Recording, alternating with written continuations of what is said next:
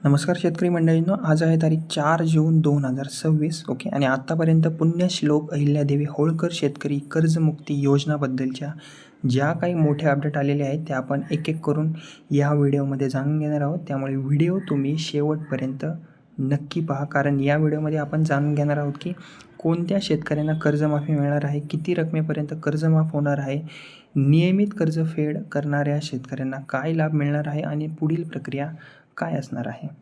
Okay.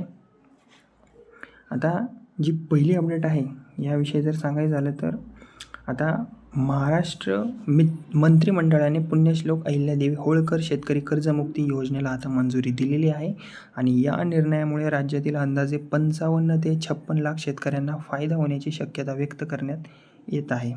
Okay. आता राज्य मंत्रिमंडळाची ही मोठी मंजुरी म्हणता येईल. ओके. आता दुसरी अपडेट जी आहे ती आहे 2 लाख रुपयांपर्यंत कर्जमाफी. ओके. आता बेसिकली या योजनेअंतर्गत पात्र शेतकऱ्यांचे 2 लाख रुपयांपर्यंतचे पीक कर्ज माफ करण्यात येणार आहे. गेल्या काही वर्षांपासून दुष्काळ असेल, अवकाळी पाऊस असेल, नैसर्गिक आपत्ती आणि उत्पादन खर्च वाढल्यामुळे अनेक शेतकरी आर्थिक अडचणीत आले होते. अशा परिस्थितीत ही कर्जमाफी योजना आता मोठा आधार ठरू शकते. ओके. नंतरची अपडेट म्हणजे 36,585 कोटी रुपयांचा मोठा निधी. ओके. आता एक महत्त्वाची माहिती म्हणजे की या योजनेसाठी राज्य सरकारने तब्बल 36,585 कोटी रुपयांचा निधी मंजूर केलेला आहे. त्यामुळे ही महाराष्ट्रातील सर्वात मोठ्या कर्जमाफी योजनांपैकी एक मानली जात आहे. ओके.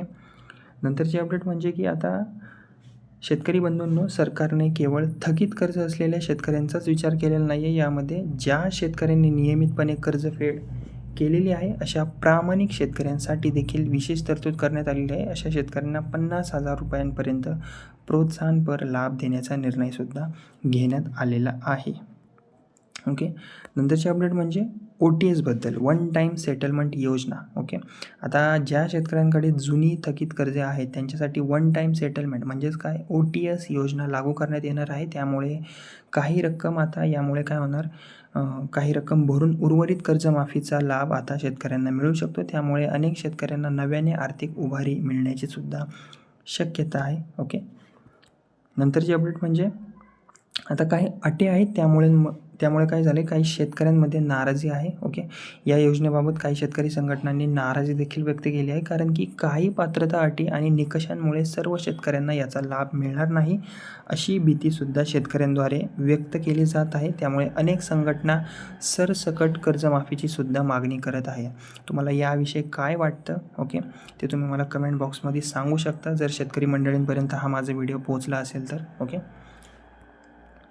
आता नंतरची अपडेट म्हणजे की सध्या योजना मंजूर झाली असली तरी अंतिम पात्रता निकष असेल, अर्ज प्रक्रिया असेल, आवश्यक कागदपत्रे असेल, लाभार्थी यादी याबाबतचा सविस्तर शासन निर्णय म्हणजे GR जो असतो तो अद्याप येणे बाकी आहे. त्यामुळे पुढील काही दिवसात शासनाकडून नवीन सूचनासुद्धा जाहीर होण्याची शक्यता आहे. ओके. GR अजून यायचा आहे, GR अजून आलेला नाही आहे. ओके. म्हणून शेतकरी बांधवांनी कोणत्याही अफवांवर विश्वास ठेवू नका. ओके. अधिकृत शासन निर्णय जाहीर झाल्यानंतर पात्रता आणि लाभाबाबत निश्चित माहिती मिळणार आहे, जे की मी तुम्हाला व्हिडिओमार्फत सांगण्याचं काम नक्की करेन. ओके. तर मित्रांनो, शेतकरी बंधूंनो, 2 लाख रुपयांपर्यंत कर्जमाफी, नियमित कर्जफेड करणाऱ्यांसाठी 50,000 रुपयांचे प्रोत्साहन आणि 36,585 कोटी रुपयांची मोठी योजना, अशा अनेक महत्त्वाच्या गोष्टी आज आपण या व्हिडिओमध्ये पाहिलेल्या आहेत. ओके. जी अपडेट आलेली होती लेटेस्ट, तुम्हाला काय वाटते, ही योजना शेतकऱ्यांसाठी पुरेशी आहे का? तुमचे मत मला कमेंटमध्ये नक्की सांगा. ओके.